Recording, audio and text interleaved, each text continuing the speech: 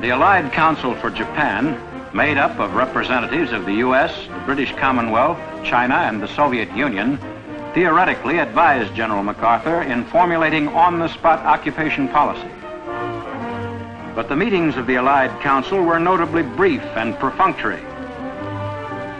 Day-to-day decisions almost invariably were made by MacArthur, acknowledged boss of the occupation.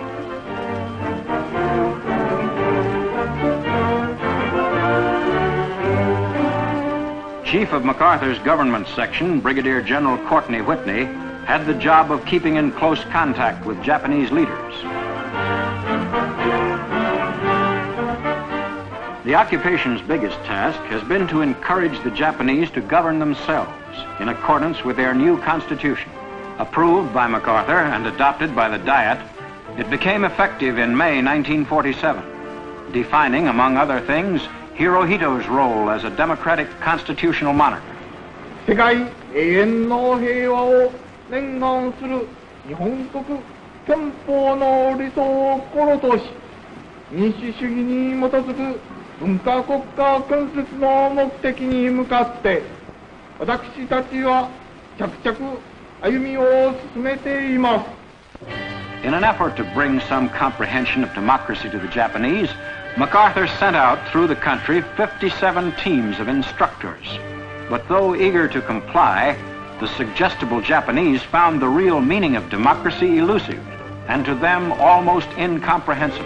本当の意味は何かといえば、それを簡単に説明すると、ただ他人を尊敬するに過ぎないというのであります。The new constitution brought a radical change in the status of Japanese women.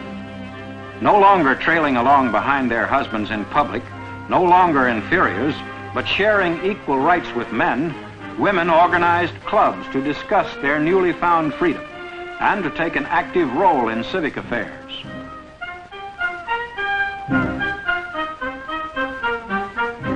Under the new democracy, there emerged the office seeker, whose only hope of getting elected lay in having an appealing program which could win the support of his constituents.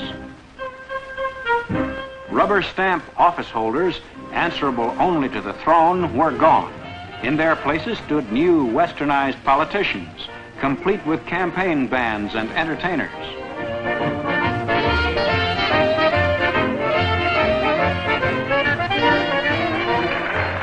Though the whole concept of government by public servants was an alien one, the Japanese people seemed to like the idea of freely choosing their own representatives in the government. And in a completely free election in the spring of 1946, nearly 3/4 of the electorate went to the polls, including 2/3 of the eligible women voters. Of the changes the occupation has made in the Japanese way of life, none has met with greater success than its land reform. Until the end of the war, nearly 3/4 of Japan's farmers were merely tenants, paying their landlords from 50 to 70% of their annual crop.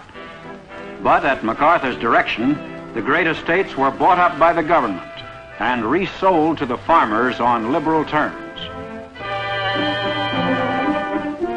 A focal point in the democratization program was the Japanese school system, which was provided with newly revised textbooks, purged of militarism, and staffed with teachers of non-nationalistic backgrounds.